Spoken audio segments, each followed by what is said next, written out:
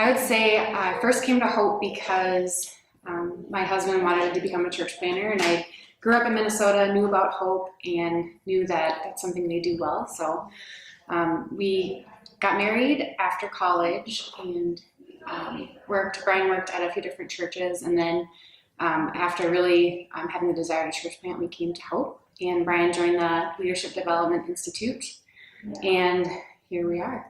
We just recently, last September, started the Lower Town location, so we're really excited about that, and it's been a great journey so far. I'm definitely glad to be at Hope and happy to be here. My name is Katie Amon. I've been attending Hope for close to 15 years now with my husband Jared. We have two girls who are in 3rd grade and 5th grade. And my husband and I moved to Minnesota, and I started working in the medical device industry 17 years ago this summer. I'm Liz Johnson, and I have been at Hope for lots of years, over 20. I don't know, how old is Hope? Is Hope 20? Then I've been here for 20 years, if that's true. We started going to Hope when I was in college, and have been here ever since. Love it here, and it has just shaped the way that I think about the Bible. So my degree is in mechanical engineering, and as a kid I've always loved math, I've always loved solving problems, so that was sort of a natural fit for me to go into engineering. I love science, and then when I got to college it just kind of blew my mind that math and science could work together to actually like solve problems and make stuff. So engineering was a great fit for me.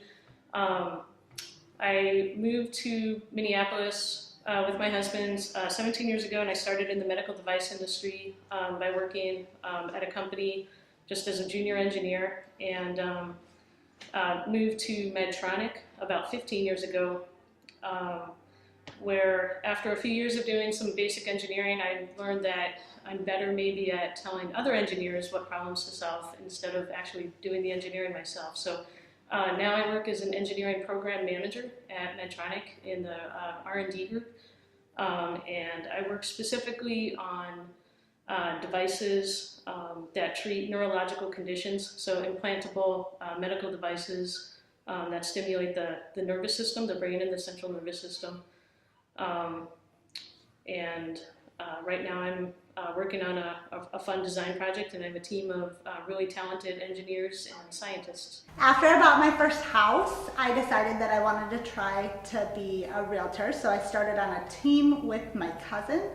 Shortly after that, the market tanked, and it was really difficult to be in the real estate business. So instead of just doing real estate, I got a paper route, which was really fun. And then after that, I did property management for 10 years to work my way back into just doing transactions. I couldn't live on what I made at the very beginning in real estate because it was commission checks only. So now I have enough business regularly where that's all I do, and I love it. I think my influences about work have come obviously from family. I've read a lot of books about it. I think our culture obviously impacts a lot of what we think about work, and obviously I hope to have like a biblical perspective as well.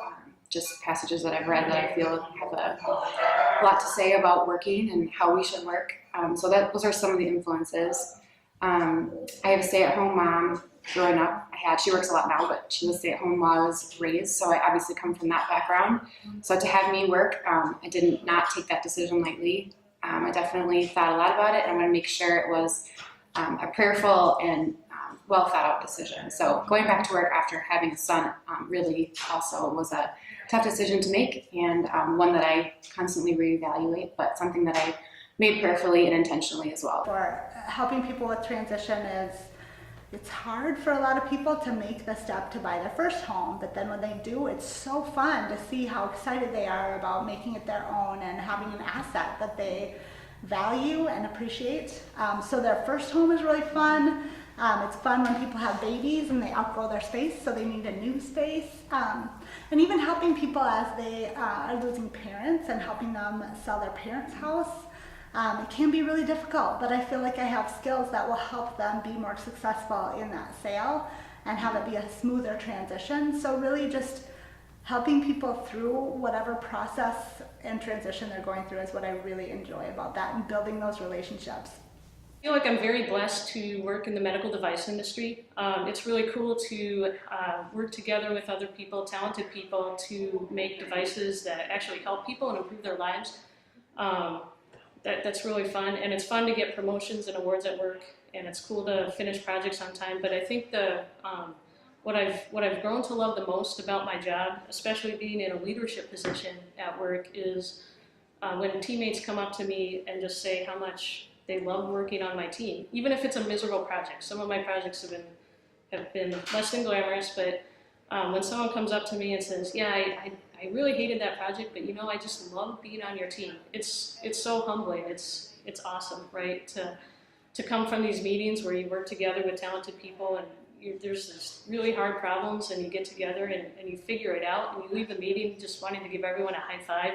I think that's a good day. That's what I love most about my job. Well, I think that in any job it would matter a lot if you are following Christ, because it's the way that you treat other people, the way that you care about what you do. You don't just do something because it's your job. You do it because you're working for the Lord and not for men. It makes a big difference. How you connect with people is different because you care about them on a deeper level than just, oh, hey, I'm gonna find you a house tomorrow. No, I'm not just gonna find you a house. I'm gonna try to figure out your whole story and try to make sure that it's the best house for you. And I just think that it really brings you to a different level because you're caring about that person maybe more than you would be if you were that if God was not in the picture. Also, I pray for my clients, and I pray that they would find the right thing. It makes a big difference. I think work mixes with faith all the time. Sometimes it's easy to kind of compartmentalize work, and I think it's really important to bring your whole self to work. So we don't view work as it's over here, and then our church, our friends, and our family is over here. I think a lot of times how we approach work should be intentional, and we should approach work as a Christian. I think your reputation at work matters. Do what people know about you and say about you, does that reflect who you are in Christ and who Christ wants you to be? So I think that really speaks well to how faith and work interact. I also really love it when I see Christians striving for excellence in what they do. So really challenging yourself to do your best, because it is really for God's glory that we are working, and whatever we're doing, that we're doing it for His honor and not just doing something for my boss. Or even if I hate my job or I don't like the job I'm in currently, how am I approaching it? I'm approaching it from the lens that this is where God has me right now, and I should be doing my best in that. So I think really striving for success in what we're doing, striving for excellence, I think that's important in a biblical principle as well. I couldn't figure out what I wanted to either, and eventually I think it finds you. If you can't find it, just start doing something. That's what I would say. Start doing something. Don't think about it. Actually do something and you'll find it. So actually try something as a volunteer and don't expect to get paid right away. I think if I were to give any advice on how to approach work or anything that would be a takeaway, there's a book that I read called The Measure of Success, and it was one of the books I read when I was really debating whether I wanted to work or not after having a son. And the book kind of had a key takeaway that I really, really liked, and it was about how as women and working, the book was specifically about working and for women and versus the home and how do you balance all of that. And one of the key takeaways was that as a woman, you should strive to be creative, fruitful, and industrious in what you're doing, and invest what God has given you for the glory of God.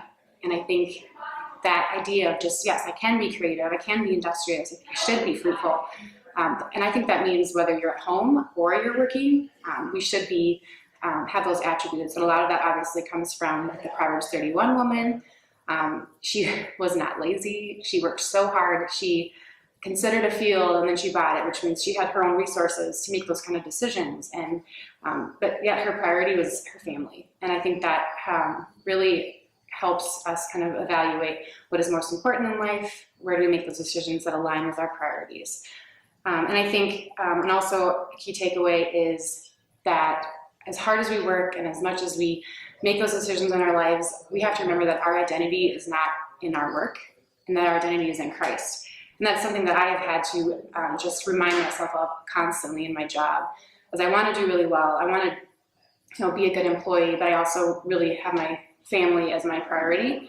And I think just remembering that who I am in Christ is the most important, and taking that to heart has really made my job a lot easier.